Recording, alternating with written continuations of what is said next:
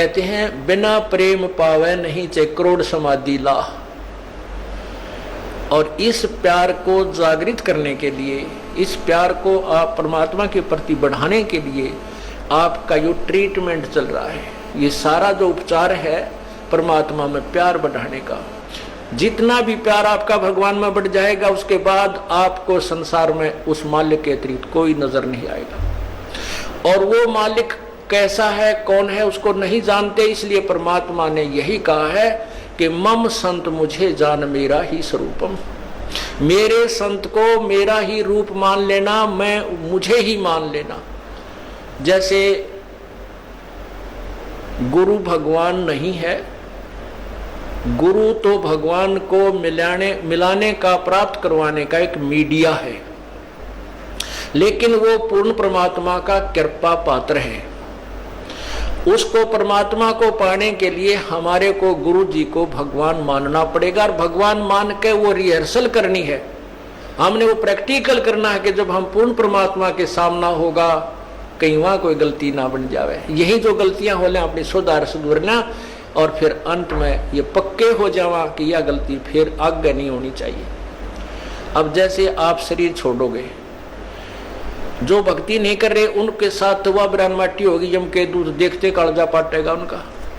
और आपको परमात्मा स्वयं इस दास के रूप में खड़ा पाओगा, क्योंकि आप मुझे पहचानते हो, मेरी शक्ल को पहचानते हो। भगवान आपको वहां मिलेगा और आपको साथ लेकर के ऊपर जाएगा। तो आपको ऐसा लगेगा जैसे सत्संग में जा रहे हैं। वहां पर भी ऐसे ही मेले भरे होंगे, परमात्मा की लीला होगी, और वहां फिर तुम कोई गलती कर दोगे, क्योंकि यहाँ परमात्मा बहुत समय तक आपको फिर रखता है। इस 21वें ब्रह्मांड में एक, यहाँ इस एक ब्रह्मांड में अलग स्थान है परमात्मा, वहां भी आपकी पूरी ट्रेनिंग लेगा। और वहां फिर ऐसे जैसे सत्संग में आते हो, यहाँ भी इधर उधर का कोई गलती कर दोगे तो ये तो एक प्रैक्टिकल हो रहा है, और वहां हो जाएगा ओरिजिनल एग्जाम आपका, तो वहां से फिर पटकने पड़ोगे यहीं पर। उसमें इतना सुख जरूर हो जाएगा कि कई सैकड़ों मनुष्य जन्म में मिल सकते हैं, पार नहीं हो सकते। तो इसलिए यहाँ जो आप आते हो, तो जब यो दास है आपका, वो परमात्मा ने भेज रखा है, तो उसके लिए कहते हैं मम संत, मेरे संत को मेरा ही स्वरूप मानिए। मम संत मुझे जान मेरा ही स्वरूपम। अब जैसे परमात्मा गुरु के बिना नहीं मिले, और कहते हैं गुरु जी भगवान है। परमात्मा खुद कहते हैं गुरु मानुष कर जानते ते नरकिये अंधे, होवे दुखी संसार में आ गए यम के फंदे।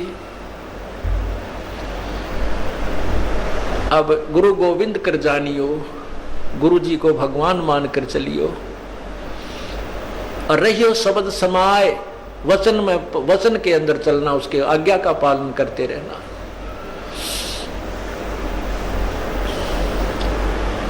गुरु की आज्ञा आवही, गुरु की आज्ञा जाव, कहे कबीर सो संत है आवागमन नसाए।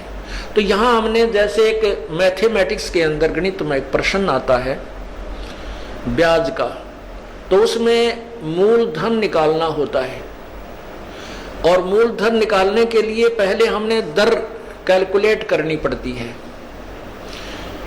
तो उसमें मूलधन मानना पड़ता है 100 रुपये। हालांकि वो 100 रुपये मूलधन नहीं है, लेकिन वो मानने पार पड़ेगी। वो करोड़ों की अमाउंट का जो मूलधन, वास्तविक जो धन है हमारा, वो 100 रुपये मूलधन मान कर ही हम उसको प्राप्त कर सकते हैं, और कोई तरीका नहीं।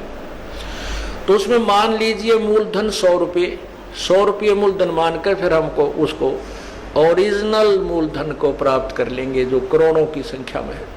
तो वो परमात्मा को पाने के लिए गुरुजी उस परमात्मा जैसे परमात्मा नहीं है, लेकिन आपने परमात्मा मानना पड़ेगा, ताकि आपकी रिहर्सल ठीक चले जा, ताकि आप ये सोचो कि जब भगवान के सामने हम जाएंगे, जिसके इतने गुण सुनते हैं, और उस परमात्मा से हम मिलना चाहते हैं, वह हमारा कैसा शिष्टाचार हो, कैसा बोलना चालना हो, कैसा व्यवहार हो, कैसा उमंग हो। अगरीब करीब कबीर साहब आपके सामने आ जाएं, आपने इतना गुण सुन रखा है, तो एक दूसरे के ऊपर का पड़ के उनके चरणों ने छुआ है, और मतलब नु सोचा जानो मेरी बारी कब आवे अशिष्टाचार नहीं, एक दूसरे के ऊपर नहीं गिरना, मतलब एक दूसरे से आगे पहुंचने की होड़ लगे, और नहीं तो दूर से नोएडी ठाठा के देखें वो खड़े भगवान, वो खड़े भगवान। और यही उमंग आपकी इस दास को जब देखें, ये आप पर बन जाएगी। ये ज्ञान ऐसा है कि आपको फिर कुछ भी दिखाई नहीं देगा, ये दास दिखाई देगा, और तब आपका प्रेम परमात्मा में दृढ़ बन जाएगा। आपकी यहाँ जो भी है, ठीक है, संतान संपत्ति जो भी है वो आपको अस्थायी नजर आएगी, और हम यहाँ अपना कर्तव्य करने आए हैं, ये भी पूरा करना है।